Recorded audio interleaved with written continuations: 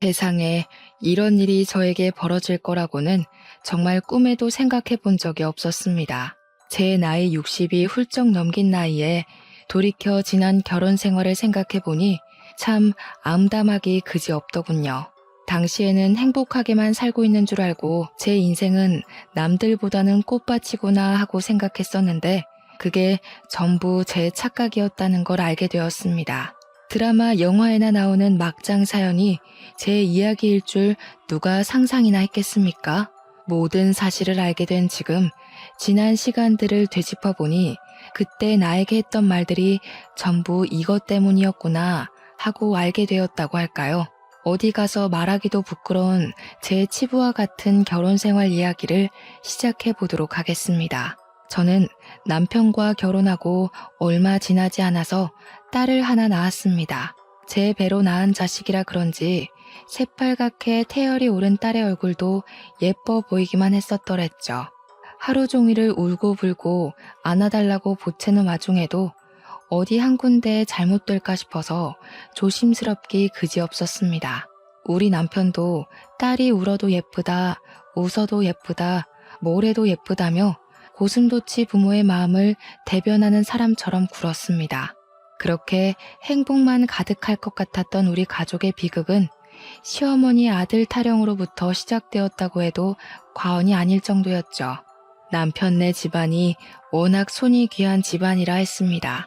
따지고 보면 남편도 외동아들이었고 남편네 친척도 죄다 딸밖에 없었거든요. 저에게 아들을 낳아야 한다고 난리를 치는 건 당연한 지사였지만 그래도 제가 낳은 딸이 첫 손주라 그런지 예뻐해 주시기는 했습니다. 하지만 순수하게 우리 딸을 예뻐해 주셨다기보다는 아들을 낳아와야 하는데 그거 알지? 둘째는 무조건 아들이어야 한다. 아들이 답이다. 아들만 낳자. 이런 말을 하셨죠.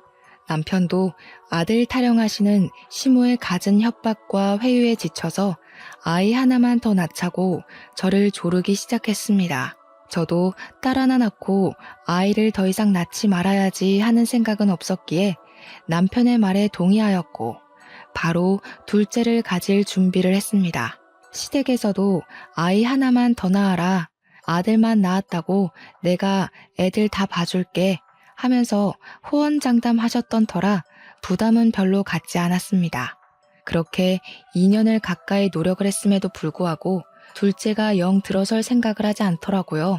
첫째 딸은 단박에 신혼여행 가서 생겼는데 둘째가 영 들어서질 않으니까 사람 마음에 조바심이라는 게 들러붙더라고요. 무슨 문제가 있는 게 틀림없다 하는 생각이 들자마자 저와 남편은 병원에 가서 이것저것 검사를 하기 시작했습니다. 저만의 문제가 아닐 수도 있다는 생각에 남편의 손을 꼭 붙들고 산부인과에 가서 임신에 관한 검사를 받았던 거죠. 그런데 병원에서 아주 기야말 이야기를 하시더군요. 제가 다낭성 난소 증후군이라는 겁니다. 첫째 아이를 낳고 나서 발병한 것 같은데 치료를 하지 않고 오래 방치해둔 터라 증상이 심하고 무조건 수술을 해야 한다고 했습니다. 수술을 하지 않으면 큰 병이 될 수 있다고.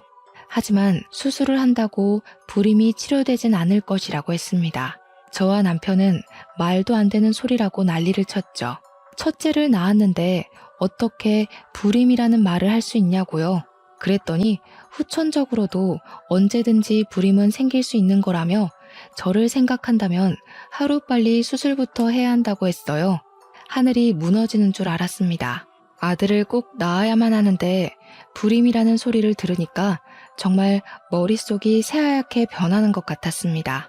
제가 아이를 더 이상 낳을 수 없다는 이야기를 시모가 알기라도 한다면 정말 집에서 쫓겨날지도 모르는 일이었거든요. 하지만 언제까지 시모를 속일 수도 없는 일 아니겠습니까? 결국 시모가 제가 불임이라는 것을 알게 되었고요. 엉엉 울면서 바닥을 치다가 저를 치다가 소리를 지르고 난리를 치시더라고요. 아들을 낳아야 하는데 아들을 이러시면서요. 제가 아파서 당장 수술을 해야 된다는 말보다 아들을 낳을 수 없다는 게 시모에게는 훨씬 더 큰일이었던 겁니다. 저도 많이 속상했죠. 하지만 제가 아들을 낳을 수 없는 몸이라는 건 기정사실화된 일이니 제가 시모에게 대들거나 할 수 없었습니다. 그 모질고 거지 같은 시모의 천대를 제가 다 받아내야만 했습니다. 천대는 괜찮았습니다. 우리 딸은 그래도 손녀라고 은근히 챙겨주시긴 했으니까요. 남편도 저의 마음을 꽤 많이 위로해 주었고 우리 가족과 영원히 함께라면 이 정도 시련은 감수할 수 있을 거라 생각했습니다. 우리 시모가 독실한 기독교인이라 이혼은 죽어도 안 된다. 이혼하면 교회 못 나간다고 생각하시는 분이어서 그나마 쫓겨나진 않았달까요? 그러니 시모의 분노가 오로지 저에게로 꽂히긴 했지만 그래도 우리 남편, 내 딸과 함께 할 수 있음에 진심으로 감사했습니다. 남편한테 밖에서 아이라도 낳으라고 하고 싶어 하시는 것 같았지만 이것 또한 기독교 교리에 어긋나는 행동이라고 하더군요. 이혼을 시킬 수도 없고 그렇다고 대를 이을 아들을 포기할 수도 없고 우리 시모는 하루하루 말라갔습니다. 남편에게 남동생이라도 있었더라면 몰라도 외동아들이니까 더 이상 아들의 씨를 이을 수 없다는 게 시모에게는 세상이 무너지는 일이라고 하더라고요. 처음에는 오롯이 제 편에 서서 아들 타령 그만하시라고 소리를 쳐주던 남편도 점점 지쳐가기 시작했습니다. 시름시름 앓으며 살이 죽죽 내리는 시모를 보면서 우리 남편은 어느 날부터 제 편을 들어주지 않았습니다. 은근히 제가 불임이 된 탓을 하기도 했죠. 그럴 때마다 우리 부부는 부부싸움을 하게 되었습니다. 시모의 아들 타령과 고된 참견에 우리 부부의 사이가 소원해지기 시작한 거죠.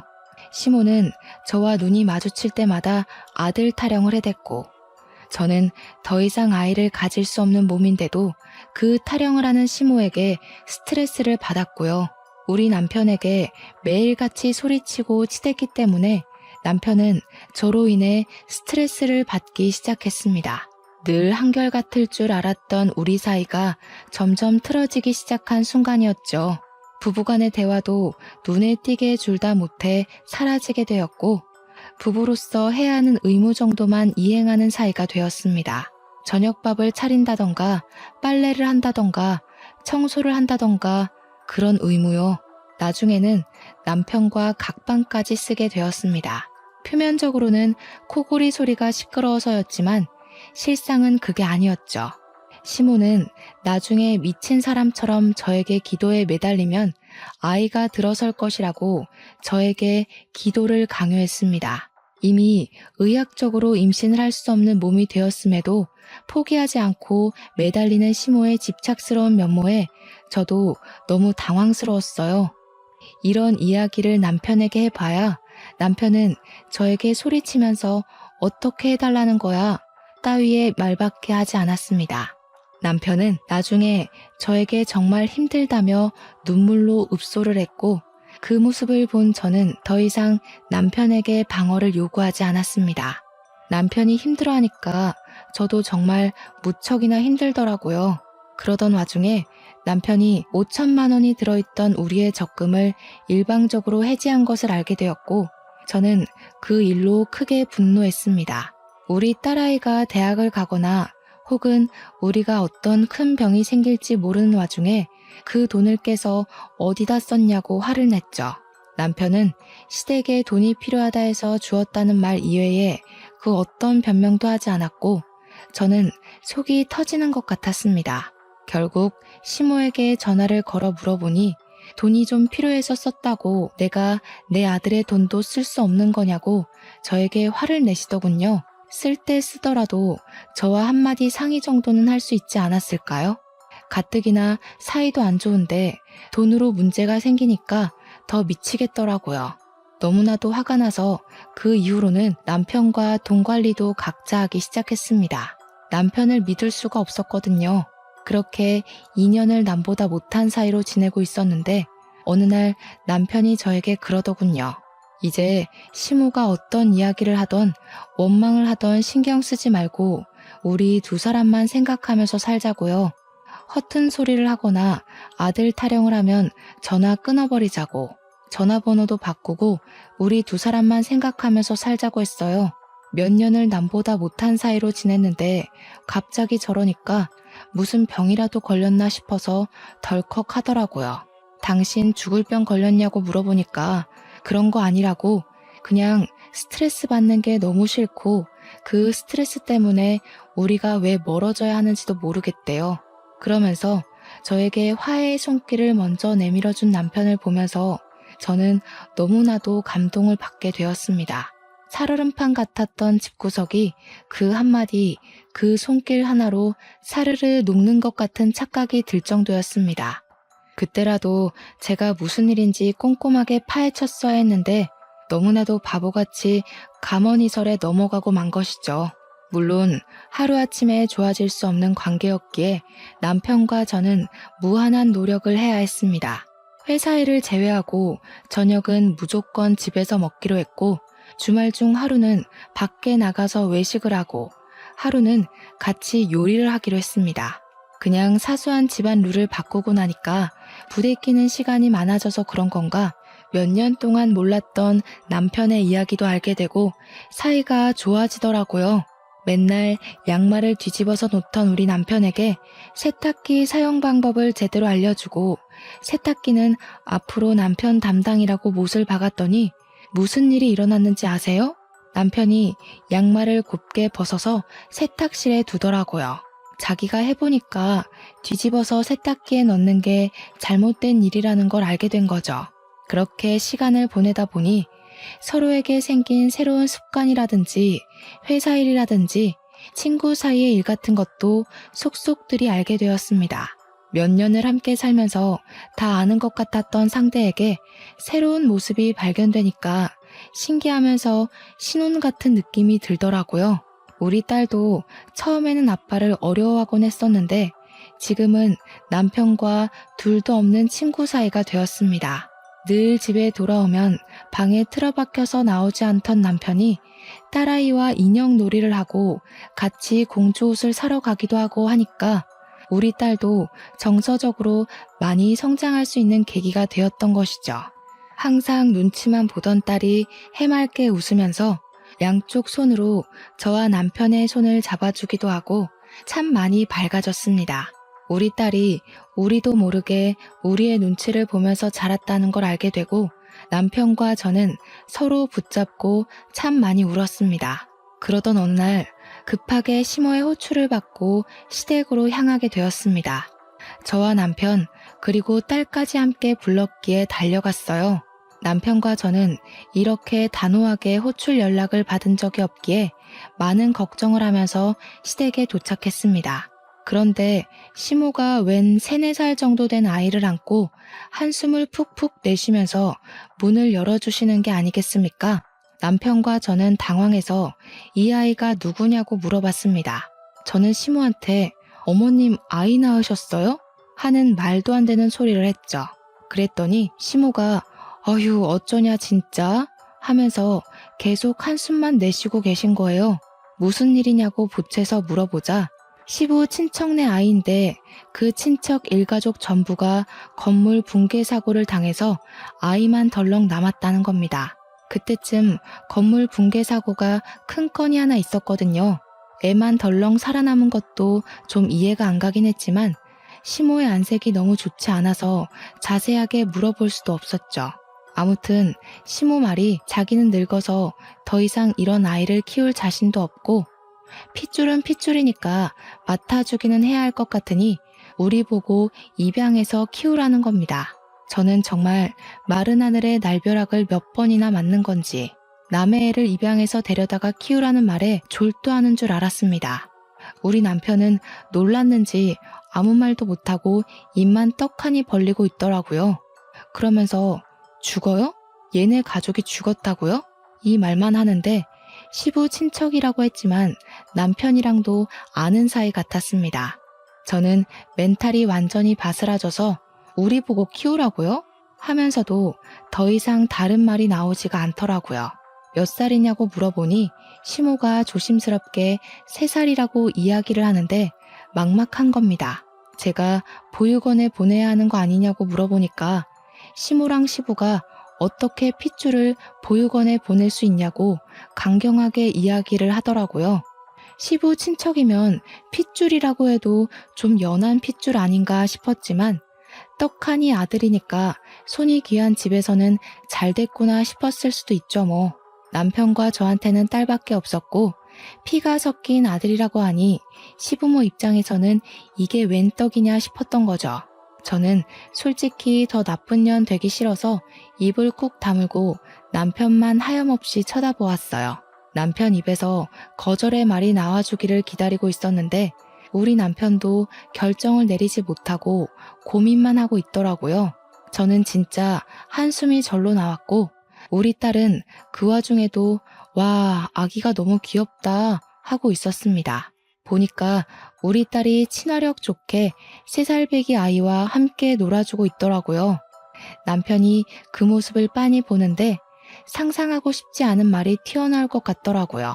시모가 제 손을 갑자기 덥석 잡더니 그동안 구박했던 거 다 미안하고 잘못했다고 더 이상 잔소리도 안 하고 아들 타령 안 할 테니까 아이 좀 키워달래요. 이 아이만 키워주면 해줄 수 있는 모든 걸 다 해주겠다면서 그동안 서운하게 했던 거 전부 잊고 새 출발하자는 겁니다. 살림에도 전혀 간섭 안 하고 이 아이만 맡아주면 죽은 듯이 살겠다고 하시는데 제가 정말 발을 동동 구르고 싶었어요. 우리 시부까지도 나한테 부탁한다고 조심스럽게 이야기를 하는데 저는 남편만 보고 있었습니다. 한참을 고민하던 남편이 저를 딱 보더니 그러대요. 아이를 키우고 싶다고 하는 겁니다. 어차피 우리도 둘째를 가지려고 했으나 몸에 이상이 생겨서 아이를 갖지 못한 거 아니냐고 저를 설득하는 거예요. 우리 딸이랑도 3살 차이 나는 아들이니 나이 차이도 좋지 않겠냐고 둘이 잘 노는 거 보니까 오히려 딸한테도 좋을 것 같대요. 그렇게까지 이야기하는데 제가 더 무슨 말을 할 수 있었을까요? 자세히 보니까 시부 핏줄이라 그런지 시부의 얼굴도 보이는 것 같고 남편의 모습도 보이는 것 같고 우리 딸이랑도 잘 놀고 결국 떠안듯이 애를 데리고 집으로 돌아오게 되었습니다.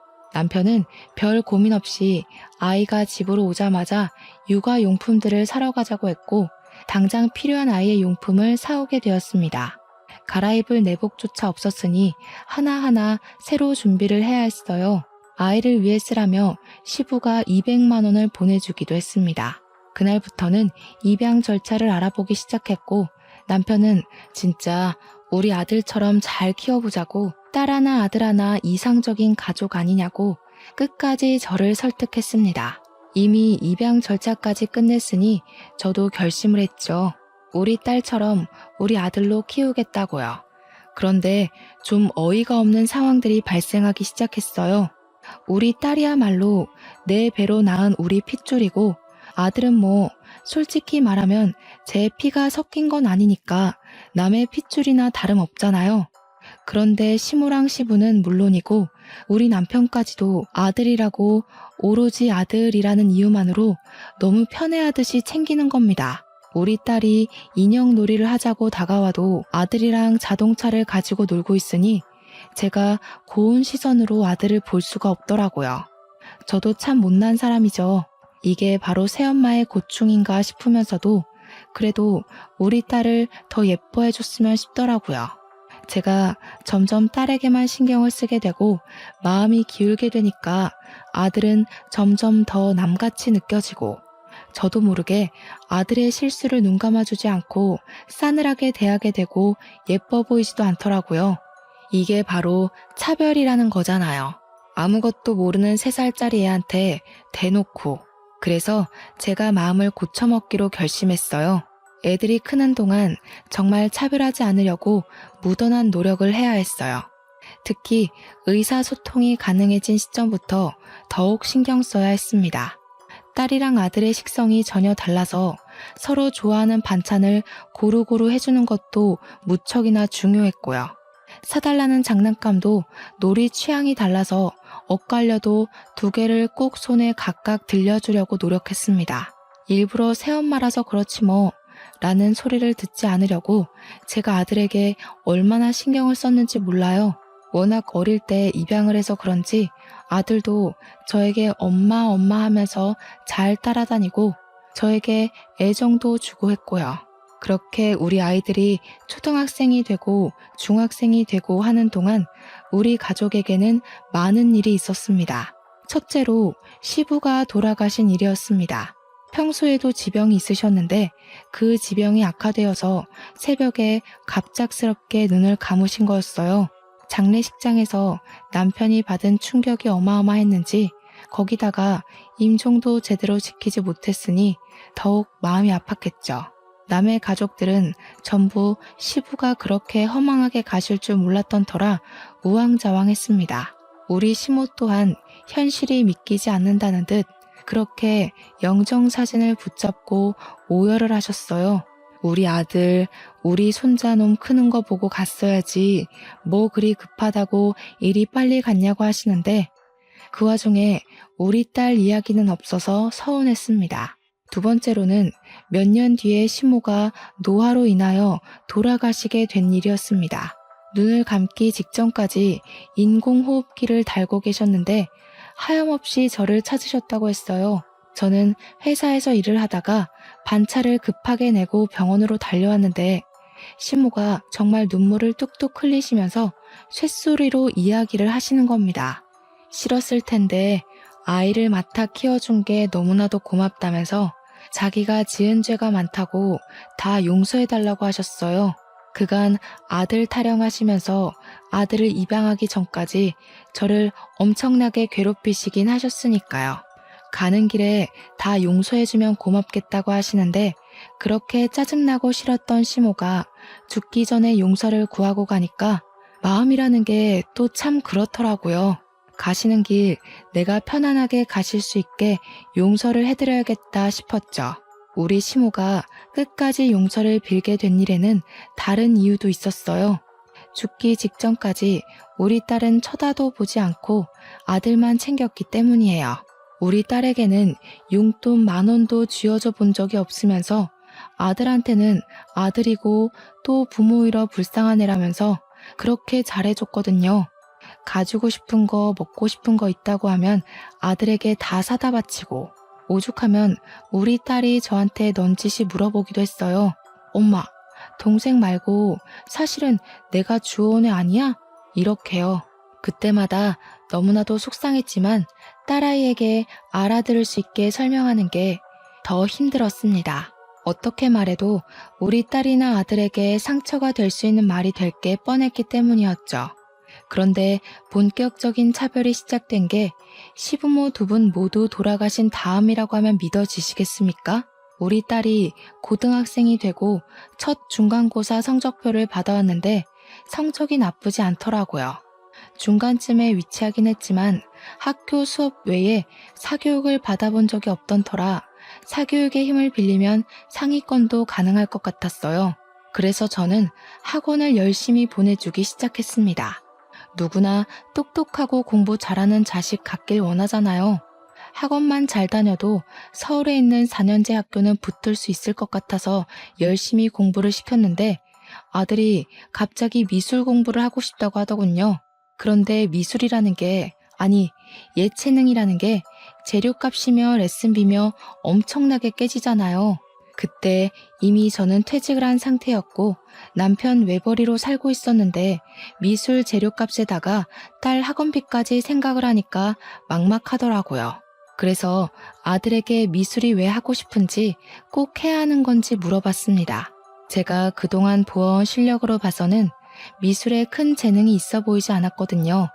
게다가 공부하는 담싸한 것 같은 모습을 보였기 때문에 더욱이 시키고 싶은 마음이 들지 않았습니다. 남편에게 상의를 했더니 남편이 애가 해보고 싶다고 하니까 한번 시켜보자고 하더라고요. 그래서 동네 학원을 등록해서 보내기 시작했어요. 동네 학원은 레슨비가 저렴하더라고요. 우리 형편에 비싼 학원을 보내줄 여유도 안 되고 하니까 아들도 이해해줄 거라고 믿고 있었습니다. 그런데 미술학원에서도 그저 그런 학생이었던 거예요. 특출나게 재능이 있었던 것도 아니고 취미반 정도의 실력이었던 거죠. 예고 입시반에 들어가고 싶다고 징징거리는데 실력이 안 되니까 예고는 꿈도 못 꾸는 수준이었고요. 학원에서도 아들에게 예고 입시반에 들어갈 실력이 안 된다고 말을 한 건지 아들이 이 학원 수준이 낮아서 자기 실력이 늘지 않는 거라고 하더라고요. 미술 학원으로 엄청 유명하다는 학원을 알아왔다며 거기를 보내달라고 떼를 쓰기 시작하는데 학원비가 2배가 넘는 겁니다. 집에서 거리도 멀고 비싸서 못 보내준다고 했더니 아들이 그러는 거예요. 자기가 주워온 자식이라서 차별하는 거냐고요. 남편이랑 저랑 둘 다 엄청나게 당황을 한 거죠. 주워온 자식이라니 어디서 그런 소리를 듣고 하는 말이냐고 물어봤어요. 그러니까 아들이 그러더라고요. 누나가 말해줬대요. 제가 딸에게 네가 동생한테 주워온 자식이라는 이야기 했냐고 하니까 딸이 아니요? 하는데 얼굴 표정이 진짜 억울해 보이는 겁니다. 그러니까 아들이 딸한테 비아냥거리면서 와, 누나는 공부 말고 연기해야 되겠다. 연기자가 따로 없네. 이러더라고요. 남편이 아들 말만 믿고 화가 났는지 딸에게 처음으로 손찌검을 했어요. 저는 놀래서 이게 무슨 짓이냐고 소리를 질렀고요. 딸이 눈물을 뚝뚝 흘리면서 그런 말 한 적 없는데 왜 자기 말은 안 믿어주냐고 소리를 쳤어요. 그러니 남편이 딸에게 네 동생은 그 사실을 어찌 알고 저렇게 이야기를 하겠냐고 하더라고요. 저나 남편이나 아들에게 주워온 자식이라는 말을 한 적이 없으니까 사실 딸밖에 없는 상황이긴 했어요. 그래도 딸은 아니라고 계속 소리를 치고 아들은 누나가 말했잖아 이러고 제 속이 뒤집어지는 것 같았죠. 결국 아들이 미술 학원을 옮기겠다고 난리를 치니까 남편이 딸 학원을 그만두게 하라고 하더군요. 어차피 우리 딸이 공부해봐야 거기서 거기 아니냐고 차라리 예체능 하겠다는 아들을 밀어주는 게 낫다고 했어요. 그때부터 저는 딸의 학원비를 벌기 위해서 파트타임 아르바이트를 시작했습니다. 우리 딸에게 종합학원은 못 보내줘도 취약한 과목 2개 정도는 들을 수 있게 돈을 벌기 시작한 거죠. 아들은 떵떵거리면서 미술 입시를 준비했고 결국 예고는커녕 인문계도 간당간당하게 입학을 했습니다. 제가 봐도 실력이 별로였는데 당연히 전문가들이 봤을 때는 애들 장난으로 보였겠죠. 재료값만 해도 한 달에 몇십만 원이었는데 돈을 땅에다가 버린 거나 마찬가지였어요. 그런데 우리 남편이 아들에게 그러더라고요. 원래 실패가 다 밑거름이 되는 법이라고 앞으로 잘하면 된다고요. 우리 딸은 그렇게 열악한 상태에서 공부하고도 서울에 있는 4년제 학교에 입학을 했습니다. 그런데 학교에 가려면 등록금이 필요하잖아요. 남편한테 우리 딸 등록금을 내야 한다고 하니까 학자금 대출을 받으라는 겁니다. 아들한테는 돈 아까운 줄 모르고 쏟아붓더니 정작 딸 대학 등록금이 없다는 게 말이 됩니까? 우리 딸은 아빠한테 손찌검을 당한 이후로 남편과의 대화를 완전히 차단했어요. 혼자 알아서 하겠다고 하더니 학자금 대출 받고 틈틈이 아르바이트와 과외를 하면서 자기 혼자 벌어서 학교를 다니더라고요. 제가 파트타임 아르바이트를 하면서 번 돈은 모조리 딸에게 주었죠. 고등학교에 입학한 아들은 미술 학원을 그만두었어요. 정말 한숨만 나네요.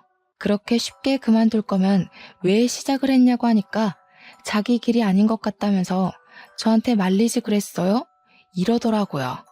하고 싶다고 했을 때 시켜준 게 누구냐면서 엄마 덕분에 시간 버렸네요 하는데 손이 부들부들 떨렸습니다. 친엄마가 아니라고 자기한테 관심 없는 거 아니냐면서 이번에는 연기학원을 다니고 싶다는 거예요. 저는 어이가 없어서 대꾸하길 포기했는데 우리 남편은 미술 학원비나 연기 학원비나 그게 그거 아니냐고 보내주라고 하더라고요. 우리 딸은 등록금도 자기가 벌어서 가는데 그게 무슨 소리냐고 차별하냐고 물어봤더니 남편이 이게 무슨 차별이냐고 하더라고요. 아들이 잘 돼야 나중에 우리가 먹고 살기 편하지 않겠냐고 딸은 출가 외인이래요. 결국 아들은 연기학원에 등록을 했습니다. 그런데 발연기도 그런 발연기가 없나 봐요. 학원 선생님이 저한테 연락해서는 지방에 자리가 많이 남는 전문 대학교를 알아보는 게 좋겠대요. 그렇게 허송세월 보내고 대입에 성공했냐고요? 실패했죠. 예비번호 하나 못 받아오더라고요. 그랬더니 남편은 남자라면 재수도 한번 해보고 하는 거라고 팍팍 밀어주겠대요. 아들은 재수했고 재수도 실패했습니다. 그러고 나니까 남편이 대학이 또 전부는 아니랍니다. 그 사이에 우리 딸은 졸업을 했고 취업 준비를 시작했습니다. 토익도 보고 자격증도 따고 다 지가 벌어서 해낸 일이에요. 그러고 나서 아들이 군대에 다녀왔고 딸은 괜찮은 중소기업에 취직을 했습니다. 근데 군대에 다녀온 아들이 그때부터 사고만 치기 시작했어요. 어디라도 취직을 할 생각은 전혀 없어 보였습니다. 나랑 남편한테 용돈을 받아 쓰는 것도 모자라서 술 먹고 싸움을 했다며 합의금을 물어줘야 한다고 돈 몇백을 내놓으라고 하더라고요. 거기다가 음주운전까지 걸려서 벌금을 내야 한다고 하질 않나. 여자친구랑 싸우다가 열받는다고 손찌검을 해서 경찰서에 가질 않나. 진짜 말을 하고 싶지도 않습니다. 그래서 제가 남편에게 그랬죠. 허구한 날 사고만 치는데 성인도 됐겠다. 지 알아서 살게 내버려두자고요. 그러니까 저한테 키운 정도 없고 네가 엄마냐고 하대요. 저는 남편과의 대화를 다시 차단하기 시작했습니다. 그렇게 몇 년이 지나고 남편이 어느 날 갑자기 쓰러졌어요. 암이라는 거예요. 또다시 날벼락을 맞나 싶었는데 병원에서 그렇게 심각한 상태는 아니고 초기에 발견되어서 다행이라고 하더라고요. 그때부터 저는 병간호를 시작했습니다. 우리 딸은 남편에게 실망한 게 워낙 컸던 터라 초반에는 병실에 코빼기도 비추지 않았어요. 그런데 딸에게 오래 만난 남자친구가 있었나 보더라고요. 그 남자가 딸에게 그랬대요. 아버지에게 후회 없이 잘하라고요. 그 뒤로는 예비 사위랑 딸이 매일같이 찾아와서 남편 수발드는 걸 도와주더라고요. 아무래도 남편이 남자니까 남자가 해줘야 하는 일들이 있긴 하잖아요. 똥오줌을 받아준다거나 씻겨준다거나 하는 일이요. 제가 일이 바쁠 때는 예비 사위가 와서 그 굳은 일들을 다 해주는 거예요. 아들이라는 놈은 와도 휴대폰 게임이나 하고 보는 둥 마는 둥 귀찮은 일 시키지 말라고 소리나 지르고 있는데요. 남편도 나중에는 딸에게 모질게 굴어서 미안했다고 사과를 하더라고요. 아들놈도 안 하는 걸 예비 사위가 하고 있으니까 남편도 느끼는 게 많았겠죠. 그 와중에 아들이 사라져서 찾아보니까 의사를 붙잡고 우리 남편 언제 죽냐고 물어보고 있더라고요. 제가 열이 받아서 아들의 귀를 잡고 질질 끌고 병실에 데리고 왔어요. 쪽팔리게 왜 귀를 잡고 끌고 와? 너 의사 선생님한테 무슨 짓이야? 뭐가 어쩌고 어째? 제가 일부러 남편 들으라고 아들의 만행을 까발리려고 했는데 아들이 먼저 선수를 치더라고요. 아빠, 그냥 치료할 바에는 치료 포기하는 게 속 편할 수도 있어. 아빠 재산이 얼마나 있었지? 그거 나한테 주는 거 맞지? 내가 아빠 너무 힘들어 보이길래 자식으로서 걱정돼서 하는 말이야. 이게 정신 못 차리고 무슨 짓거리야? 엄마는 날 또 너무 몰아세운다 진짜. 의사한테 들어보니까 상태 별론 것 같던데? 그래서 하는 말인데 갑자기 죽으면 재산 문제로 골치 아프니까 미리 유언장 쓰는 건 어때? 나도 아빠 자식인데 나한테 많이 물려주면 내가 엄마는 책임질게. 나 믿지? 그러니까 너무 걱정 말고 세상에 미련도 그만 가지고. 그 말에 남편은 씩씩거리면서 부들거렸어요. 무슨 말을 해야 하는지 머리가 지끈거릴 정도였습니다. 남편은 아들을 정말 한 대 칠 것 같은 표정이었지만 자기가 오냐오냐 키운 탓이 크다고 느꼈는지 화를 그냥 참더라고요. 다행히 우리 남편은 항암을 하면서 암 사이즈가 많이 줄었고 수술도 성공적으로 끝이 나게 되었습니다. 앞으로 회복에만 집중하면 된다고 해서 온 가족이 마음을 놓게 되었어요. 그렇게 남편이 기운을 차리게 된 시점에 우리 딸이 드디어 예비 사위와 웨딩 마치를 올리게 되었습니다. 남편의 손을 잡고 버진로드를 걸어가는 순간부터 우리 딸이 눈물을 보이더라고요. 딸의 결혼식을 마치고 신혼여행을 가 있는 동안 남편은 집에 들어오지도 않는 아들에게 실망했는지 저에게 파양을 하자고 했습니다. 그렇게 해달라는 거 다 해주고 키웠는데 아빠 언제 죽어? 유산은? 이러니까 실망이 엄청나게 컸겠죠. 남편은 더 볼 것도 없다고 파양 소송을 걸었고 그동안 경찰서 들락날락하고 합의금 물어준 게 모두 소명이 되어서 파양 신청이 되었습니다. 아들은 그 소식을 듣고 찾아와 집을 아주 난장판으로 만들었어요. 역시 주온 새끼는 필요 없다 이거지? 아주 부모랍시고 참견할 때부터 마음에 안 들었어. 어차피 나한테 부모 같은 거 필요도 없었으니까 내가 혼자 살 수 있게 마지막으로 원룸 하나만 해줘. 저는 안 된다고 말했지만 남편은 암 보험금 타고 남은 돈의 일부를 아들에게 해주더라고요. 화도 내고 달래도 받지만 남편은 강경했고 아들 녀석은 그 돈 받아간 이후에 일절 연락도 없고 찾아오지도 않고 깜깜무소식으로 지내더군요. 그렇게 시간이 또 몇 년 지나고 우리 딸은 아이도 낳고 행복한 가정을 꾸리며 누구보다 잘 살고 있었어요. 평화롭기만 한 우리 가족에게 또 한 번 시련이 찾아왔는데 그게 바로 남편의 암이 재발을 한 것이었습니다. 재발한 암은 처음과 다르게 빠르게 전이가 되었고 결국 남편은 시한부 선고를 받게 되었습니다. 우리 딸이랑 저는 정말 너무나도 속이 상했고 그 고통스러운 항암 치료를 또 겪어야 할 남편이 불쌍했죠. 그런데 남편이 그러더라고요. 연명치료 받고 싶지 않다고. 이만큼 살았으면 됐다고요. 우리는 남편의 그 뜻을 존중하기로 했습니다. 남편은 자기가 받는 연금 통장이랑 암 진단 보험금에 사망 보험금까지 합치면 먹고 사는데 큰 문제는 없을 거라고 했어요. 사람이 죽을 때 되면 변한다더니 왜 저러나 싶었습니다. 그렇게 3개월 동안 많은 추억을 쌓으려고 노력했고 우리 남편은 고통을 참으며 눈을 감았습니다. 저는 연락하지 않았지만 우리 딸이 어떻게 아들에게 연락을 했더라고요. 아버지 돌아가셨다고요. 장례식장에 찾아오라고 주소까지 적어줬다는데 3일장 내내 얼굴 한 번 안 비추더라고요. 파양하길 참 잘했다 싶었습니다. 남편이 남긴 집이며 보험금, 연금을 죄다 확인하니까 돈이 꽤 되더라고요. 딸에게 좀 주겠다고 했더니 저한테 노후 자금으로 쓰라고 양보를 했어요.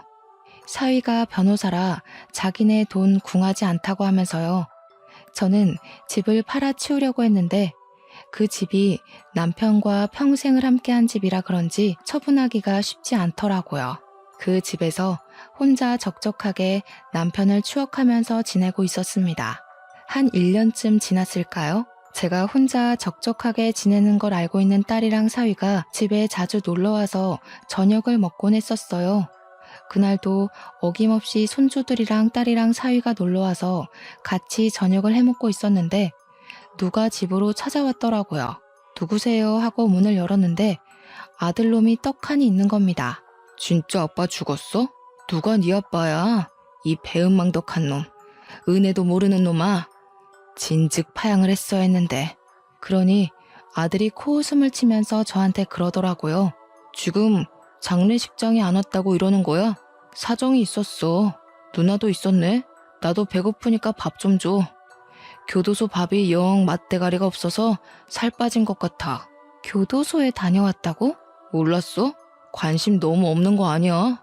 뭐 아빠가 준 돈 도박으로 날려먹고 한탕 크게 치려고 사기 한 번 쳤는데 재수없게 걸렸어. 내가 아빠 장례식장에 안 간 게 아니라 못 간 거야. 교도소에서 파양된 놈이라고 안 보내주던데? 진짜 온몸이 휘청거리는 느낌이었습니다. 저걸 자랑이라고 말을 하는 건지 정말 사이코패스 같았어요. 나도 아빠 유산 받을 자격 있는 거 알지? 돈 좀 줘. 돈 없어서 굶어 죽을 지경이야. 딸이고 사이고 할 거 없이 너무 어이가 없어서 아들놈한테 무슨 개소리를 하는 거냐고 난리를 쳤습니다. 이미 파양당해서 아무런 권리도 자격도 없는 놈이 여기가 어디라고 찾아오냐고 딸이 고래고래 소리를 치니까 아들이 그러는 겁니다. 뭐야, 아직도 모르고 있어? 나 아빠 친자식이야. 표정들 보니까 진짜 몰랐나 보네. 나 아빠가 밖에서 나온 자식이잖아. 와, 대단들 하다. 할머니도 아빠도 끝까지 말 안 해주고 죽은 거야? 제가 손을 벌벌 떨면서 무슨 말도 안 되는 소리를 하고 있냐고 하니까 지갑에서 꼬깃꼬깃한 종이를 펼쳐서 보여주는데 친자 확인서더라고요. 남편 이름이랑 아들 이름이 떡하니 적혀 있는데 친자 확률 99.97%라고 적혀 있었습니다. 저는 그 자리에서 바닥에 주저앉고 말았어요. 온몸에 힘이 풀려버렸거든요. 그러니까 저 망나니가 나랑 남편이 소원하고 서로에게 의지하지 않던 그 시절 남편이 밖에서 나온 자식이라는 거였습니다. 제가 믿질 못하자 아들이 시모의 친필 편지라면서 제가 나중에 믿지 못하면 보여주라고 했다며 시모의 인감도장이 찍힌 편지를 건네주었어요. 그 편지의 내용은 차마 입으로 담기 힘들 정도로 어질어질한 막장 내용이 적혀 있었습니다. 친모인 여자가 애를 키우고 있었는데 사고로 죽는 바람에 보육원에 갈 처지에 놓인 아들을 시모가 데려온 거였어요. 남편이 나 몰래 5천만 원의 적금을 깼던 것도 저 망나니를 키울 양육비를 줬던 거래요. 아들은 정말 남편의 사생아였고 남편의 자식으로 입양까지 했으니 친자식처럼 잘 키워주라는 내용이었습니다. 만약 며느리가 믿지 못할 시에 이 편지를 보여주라고 친절하게 적혀 있었어요. 제가 얼마나 뒤통수를 맞은 기분이었겠어요. 손을 부들부들 떨면서 그 편지를 읽자 아들이 그러더군요. 이제 나도 상속받을 자격이 충분한 거 알겠지? 나한테도 유산 내놔. 나 돈 필요해. 그러자 변호사인 우리 사위가 나서서 이야기를 하기 시작했습니다. 이미 파양 소송을 통해 파양이 완료된 점, 친자 확인서가 이제 와서 별 소용은 없습니다. 게다가 장인어른 유산은 이미 100% 장모님에게로 증여가 되었기 때문에 자식들에게는 권한이 없습니다. 장모님이 추후에 돌아가신다고 해도 파양된 그쪽은 장모님 친자가 아니라서 권한이 없습니다. 아이씨, 네가 뭘 안다고 껴들어서 지랄이야. 너도 나한테 한번 당해볼래? 네가 무슨 변호사야, 검사야. 엄마 짜증나게 하지 말고 돈 내놓으라고. 사위가 변호사 배지를 보여주니까 그제야 아들이 눈치를 한번 쓱 보더니 입을 다물더라고요. 우리 사위 말 잘 들었지? 네 목 없단다. 그러니까 썩 꺼져. 내가 엄마 사는 집을 몰라, 전화번호를 몰라, 뭘 몰라? 다음에 다시 올 테니까 그때까지 돈 마련해둬. 알았지? 원래 내일 없이 사는 인간이 제일 무서운 거 알지? 난 경고했다. 아들이 사라지자마자 딸이 저한테 집부터 옮기자고 하더라고요. 저도 솔직히 저 망나니가 무서워서 급한 짐부터 딸의 집으로 옮겼어요. 다음날 사위가 근처 부동산에 집을 내놨고 남편과 살았던 추억이고 나발이고 여시나 까잡수라고 영정사진에 대고 욕을 한 뒤 집을 팔아버렸습니다. 그 뒤로 전화번호도 바꿔버렸고요. 등기부등본을 열람할 수 없도록 막아버렸습니다. 그 뒤로 새 세입자에게 망나니가 찾아와서 몇 번이고 저를 어디로 빼돌렸냐면서 폐악질을 했나 보더라고요. 결국 경찰이 오기도 하고 난리가 났었고 저는 보복이 두려워서 경찰에 신변보호 조치를 요청했습니다. 몇 개월 뒤에 아들의 구속 소식이 들려왔습니다. 술을 먹고 싸움질을 하다가 합의금을 마련하지 못해서 구속됐다는 것이었어요. 구치소에서 얼마나 있을지, 재판이 끝나고 형량을 얼마나 받을지 몰라 속을 졸이며 살고 있습니다. 진지하게 사위가 이민을 가거나 지방의 소도시로 이사를 가자고 하고 있어서 고민 중에 있는데 우리가 그 더러운 똥을 피해야 하나 싶기도 하고요. 그나마 사위가 변호사라서 아들에 대해 이것저것 알아볼 수 있는 위치라 정말 다행이라 생각합니다. 사위 아니었으면 돈도 다 뜯겼을지도 모르죠. 한 가지 바라는 건 재판에서 형량 세게 맞고 깜빵에서 평생 썩었으면 좋겠다는 마음뿐이랍니다. 혹시라도 누가 알아볼까 최근 근황에 대해 자세하게 적지 못하는 점은 양해 부탁드릴게요. 제 이야기를 들어주신 청취자 여러분께 다시 한번 감사 인사드리면서 여기서 마무리하도록 하겠습니다.